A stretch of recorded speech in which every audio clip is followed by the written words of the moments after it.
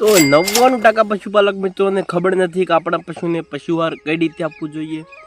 શું મિત્રો 2-3 લીટર દૂધ આપે છે તે પશુને મિત્રો 1 કિલો આપવો જોઈએ? શું 5 કિલો આપવો જોઈએ? શું પશુઆહાર પલાળીને આપવો જોઈએ? શું પશુઆહાર કોળો આપવો જોઈએ? શું પશુઆહાર મિત્રો 2 ટાઈમ આપવો જોઈએ? શું મિત્રો પશુઆહાર 3 ટાઈમ આપવો જોઈએ? 99% પશુપાલક મિત્રોને આ વાતની સાચી ખબર નથી તો આપણા પશુને જે આપણે પશુઆહાર આપી રહ્યા છે તેની સાચી રીત કઈ છે તે પશુને આપવાથી આપણને ઘણા બધા ફાયદાઓ છે તે મળવાના છે। તો આજના વિડીયોની તમારા બધા ડાઉટ છે મેં ક્લિયર કરવાનો છું તો સાચી રીત છે કઈ છે કે પશુઆહાર આપવાની સાચી રીત કઈ છે તે આજના વિડીયોની અંદર તમને સંપૂર્ણ માહિતી આપવાનો છું। ચેનલ ઉપર તમે પહેલીવાર વિઝિટ કરી રહ્યા છો તો બે હાથ જોડીને નમ્ર વિનંતી છે કે તમે ચેનલને સબસ્ક્રાઈબ કરો અને વિડીયોને એક લાઇકનું બટન છે તે દબાવવાનું ના ભૂલતા।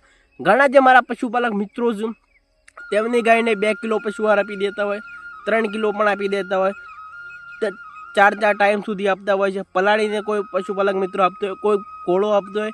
તો તમારા બધા જ ડાઉટ આજે તમને ક્લિયર કરવાનો છું કે તેની સાચી રીત કઈ છે। તો આપણા પશુને કઈ રીતે પશુઆહાર આપશું તો તેના ફેટ વધી શકે છે, સાથે સાથે મિત્રો આપણે દૂધનું ઉત્પાદન પણ મેળવી શકીએ છીએ। તો ચાલો વિડીયોની અંદર આગળ વધી એ પહેલાં એક લાઇકનું બટન છે નમસ્કાર મારા વાલા ખેડૂત મિત્રો, પશુપાલક મિત્રો, તમારું દિલભર્યું હાર્દિક સ્વાગત છે।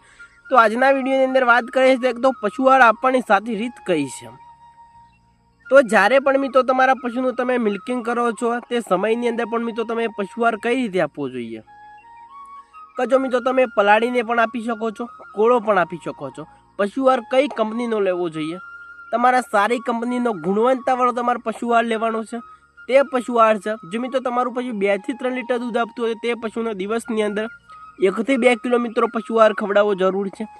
સાથે સાથે મિત્રો જે કપાસિયા ખોળ આવે છે તે પણ મિત્રો તમે 500 થી કિલો જેવો તમે કપાસિયા ખોળ મિક્સ કરીને આપશો તો તેનાથી પણ ઘણા બધા ફાયદાઓ રહેલા છે। આપણે આ પશુઆહાર છે મિત્રો તમે નાની જોટીને પણ આપી શકો છો, પાડાને પણ આપી શકો છો, નાની વાછરડીઓને પણ આપી શકો છો।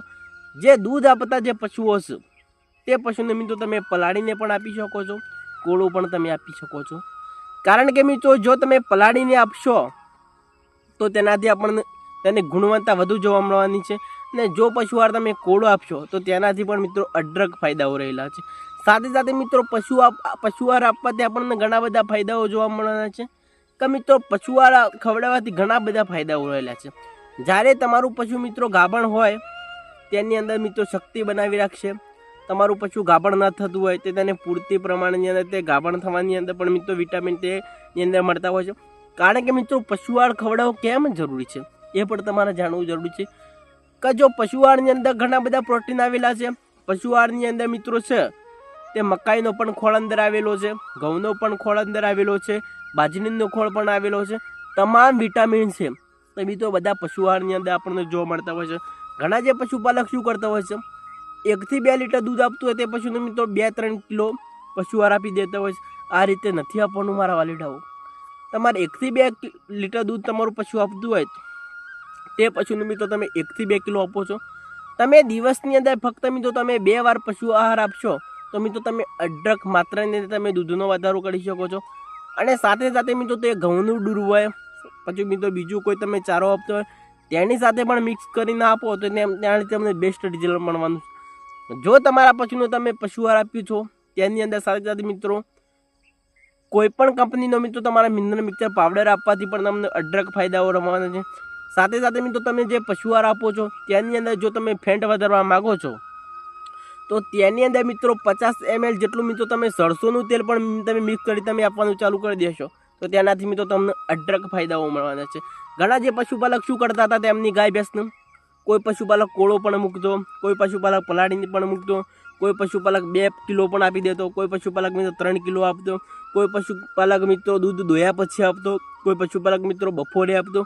આવી રીતે તમારે નથી આપવાનું, ફક્ત મિત્રો તમે 2 ટાઈમ આપો અને ભરપૂર માત્રાની અંદર તમે દૂધનું ઉત્પાદન તમે મેળવી શકો છો। પશુ આહારની અંદર ઘણા બધા ગુણ રહેલા છે કારણ કે મિત્રો જો તમારા પશુને તમે પશુઆહાર આપશો તો તેનાથી તમને અઢળક ફાયદાઓ મળવાના છે।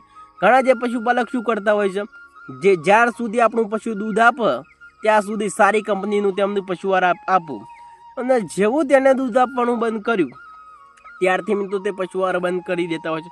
આવું તમારે ક્યારેય ગલતી તમારે નથી બધી. આ બધી ગલતીઓ તમે કરો છો તેનાથી તમને ઘણું બધું નુકસાન જોવા મળતું હોય છે.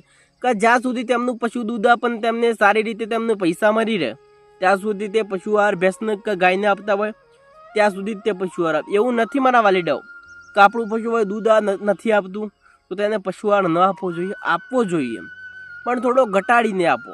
એવું નથી કે તમને નુકસાનનું હું કહી રહ્યો છું. અંદર તમે જો તમે 1 કિલો આપતા હતા 2 કિલો આપતા હોય તો થોડું 500 ઘટાડી દો.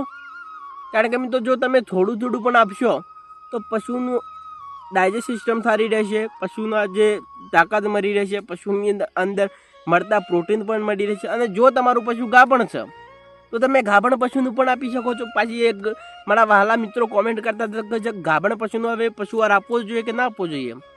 કેમ ના આપવો જોઈએ? ગાભણ પશુને તમે પશુ આહાર આપશો તો તેનાથી તમને અઢળક ફાયદાઓ મળવાના છે. સાથે સાથે મિત્રો તમારું પશુ ગાભણ છે બરોબર, તે પશુનું તમે આપશો તો જ્યારે પણ પશુ તમારું વિવાહ છે તે સમયની અંદર જોજો તમને ડોલો ભરી ભરીને દૂધ આપશે. અને જે પશુપાલકે પશુ આહાર નહીં આપ્યો તેમનું જોજો તેમની ડોલે દૂધની સાથે અડધી જોવા મળશે. આવા ઘણા પશુપાલકોનું આપણને જોવા મળતું હોય છે કે જો તમે ગાભણ પશુને આપી શકો છો, પાડાને પણ આપી શકો છો, વાસળીને આપી શકો છો, ત્યાર પછી મિત્રો ગાયના જે બેલ હોય તેને પણ તમે આપી શકો છો. હર કોઈ પશુપાલકને તમે આપી શકો છો, બકરીને આપી શકો છો, ઘેટાને આપી શકો છો, કોઈ પણ પશુને તમે પશુ આહાર આપી શકો છો. એવું નથી મારા વાલીડાઓ કે તમારા ગાભણ પશુનું આપવું જોઈએ કે ના આપવું જોઈએ, આપણું પશુ ખાલી છે તેને આપવું જોઈએ કે ના આપવું જોઈએ. દરેક પશુપાલકને તમે આ પશુ આહાર આપી શકો છો. પશુ આહાર આપવાથી તો તમને અઢળક ફાયદાઓ મળતા હોય છે. આ બધા ફાયદાઓ તમને ગણાવવા બેસું ને મારા વાલીડાઓ તો આ વિડીયો ઘણો બધો લાભો થઈ શકે છે. કારણ કે મિત્રો ઘણા મારા વહાલા મિત્રો મારો વિડીયો તો જુઓ છે તો મને ખબર છે. તો પ્લીઝ મિત્રો તમે લાઇકનું તો બટન દબાવો. અમે તમારા માટે વિડીયો લઈને આવતા હોય છે અને તમે લાઇકનું બટન ના દબાવો તો દિલને બહુ ઠેસ વાગે છે. તેટલા માટે દરેક મારા પશુપાલક મિત્રોને દિલ ભર્યું હાર્દિક સ્વાગત કરું છું. પણ તમે એક લાઇકનું બટન છે તે દબાવવાનું ના ભૂલતા. સાથે સાથે મિત્રો આપણી ચેનલ ઉપર પણ તમે પહેલી વાર વિઝિટ કરી રહ્યા છો તો તમે ચેનલને પણ સબસ્ક્રાઈબ કરવાનું, આ વિડીયોને તમે શેર કરવાનું ના ભૂલતા. ફક્ત મિત્રો તમારી પાસે એક વચન માગી રહ્યો છું કે તમે લાઇકનું બટન દબાવો અને ચેનલને પણ તમે સબસ્ક્રાઈબ કરવાનું ના ભૂલતા. તો મિત્રો આજના વિડીયોની અંદર બસ આટલા સુધી વાત પતાવીશ. ત્યાર પછી મિત્રો તમારે આગળ હવે કયા ટોપિક વિશે જાણવું છે તે પણ કોમેન્ટ કરી દેજો. અને તમારો સપોર્ટ તો મને બહુ મળી રહ્યો છે. જો તમારા પશુના ફેંટ ના વધતા હોય તે માટેનો અમે વિડીયો છે તે યુટ્યુબની અંદર લઈને આવી ગયા છીએ. ફટાફટ મિત્રો મારી ચેનલ ખોલો અને તમે જઈને જુઓ કે તે ફેંટ વધારવા માટે મિત્રો તમને ઘણી બધી હું ટ્રીકો બતાવવાનો છું.